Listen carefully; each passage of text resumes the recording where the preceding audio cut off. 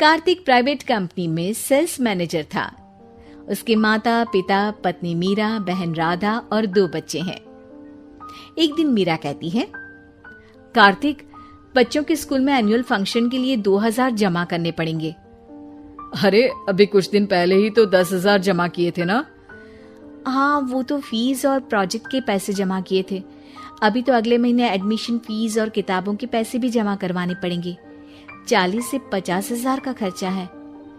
मीरा, इतनी तो सैलरी भी नहीं है मेरी, ऐसे कैसे काम चलेगा? तो मैं क्या करूं? बच्चे को सरकारी स्कूल में डाल दूं? मीरा, तुम जानती हो ना, मैं मुश्किल से 35 से 40,000 ही कमा पाता हूँ। इस घर के खर्चे दिन ब दिन बढ़ते जा रहे हैं, थोड़ा कंट्रोल करो ना। क्या खाना और कपड़े पहनना भी बंद कर दूं? मैं ऐसा नहीं कह रहा हूँ मीरा। तुम जानती हो राधा का भी पोस्ट ग्रेजुएशन पूरा होने वाला है। घर के खर्चों के साथ उसकी शादी की जिम्मेदारी भी उठानी है। मेरे बच्चों की पढ़ाई से ज्यादा इम्पोर्टेंट राधा की शादी है, तो करो जो मन में आए। मैं बोझ लगती हूँ तो मैं बच्चों के साथ अपने मायके चली जाती हूँ। तुम्हारी सारी मुसीबतें ही खत्म हो जाएगी। मीरा, मुझसे बहस मत करो। सुबह सुबह ऑफिस जाने के टाइम पर ही कलेश करके दिन मत खराब करो। इतना बोलकर कार्तिक वहां से चला जाता है। तभी, कार्तिक बेटा, ऑफिस जा रहे हो? मेरी दवाइयाँ लेते आना। और बेटा, बिजली का भी बिल 2 महीने से जमा नहीं हुआ, इसे भी आज जमा करवा देना। जी पिताजी, लाइए बिजली का बिल। 4,600 रुपए बिजली का बिल आया है। माँ, मीरा, राधा, कितना ज्यादा बिल आया है। भैया, ये 2 महीने का बिल है और मैं तो सिर्फ फोन चार्ज करती हूँ। अरे बेटा, मैं तो गीजर से पानी गर्म करने के अलावा मेरे कमरे में एक पंखा और एक लाइट ही तो जलते हैं। मीरा, तो फिर इतना बिल कैसे आया? हाँ, सारा इल्जाम मेरे पर ही लगा दो ना। भाभी, आप भी तो एसी चलाती हो, उससे भी बिजली का बिल बहुत ज्यादा आता है ना। एसी मेरे मायके से आई है और वो भी अब सबकी आंखों में खटकने लगी है। मीरा, अपना मुंह बंद करो और आज के बाद तुम एसी नहीं चलाओगी। माँ, आप भी अपना पानी धूप में गर्म करके नहाया करो। कार्तिक ये कहकर घर से ऑफिस के लिए निकल गया। घर से कुछ आगे जाते ही उसकी गाड़ी पंचर हो गई। कार में लेट हो गया। बॉस ने कार्तिक को अपनी कैबिन में बुलाया। मे आई कम इन सर?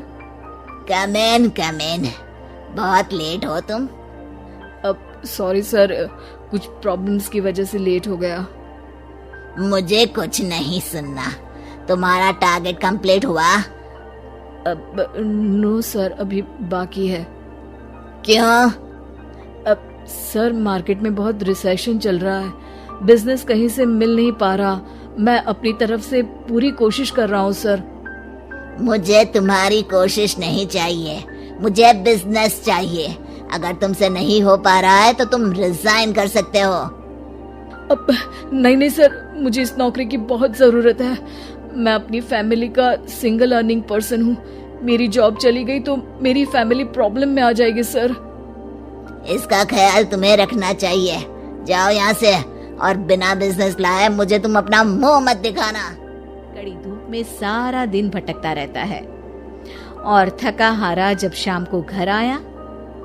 बेटा, मेरी दवाई ले आए और बिजली का बिल भर दिया। अब दवाई लाना भूल गया पिताजी, और बिजली का बिल जल्दी भर दूंगा। पर बेटा, याद से भर देना, वरना बिजली वाले बिजली काट कर चले जाएंगे। लीजिए पानी। बच्चों के एनुअल फंक्शन के लिए स्कूल में जमा करने वाले पैसे लेकर आए? अभी सैलरी नहीं आई है मेरा, और अकाउंट में ज्यादा पैसे भी नहीं बचे हैं। तो क्या बच्चों को स्कूल भेजना बंद कर दूं?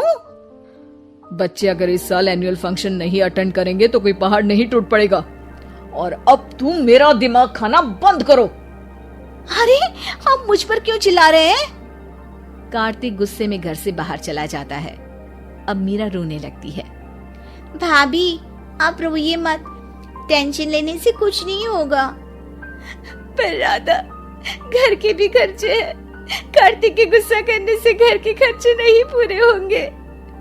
पर मीरा बेटा, लड़ाई करने से भी कोई समाधान नहीं मिलेगा, उल्टा घर का माहौल ही खराब होगा। पर मुझे लगता है हमें भी घर के खर्चों में हाथ बढ़ाना चाहिए। मुझे योगा सेंटर में जॉब का ऑफर मिला है, मैं कल से ही जॉब ज्वाइन कर लूंगी। वैसे तो मुझे भी सिलाई आती है, मैं भी लोगों के कपड़े सिलना शुरू कर देती हूँ। हाँ बेटा, मैं भी तुम्हारा घर के कामों में हाथ बटा दिया करूंगी और काज बटन लगाकर सिलाई करने में भी सहायता करूंगी। मीरा, मैं तुम्हारे बच्चों के साथ मोहल्ले के बच्चों को भी ट्यूशन पढ़ाऊंगा। इसी बहाने मेरा टाइम पास भी हो जाएगा। इस तरह से अब घर के सभी सदस्यों के सहयोग से पैसों की समस्या दूर हो गई और सब खुश रहने लगे। इससे हमें सबक मिलता है कि एकता में ताकत होती है।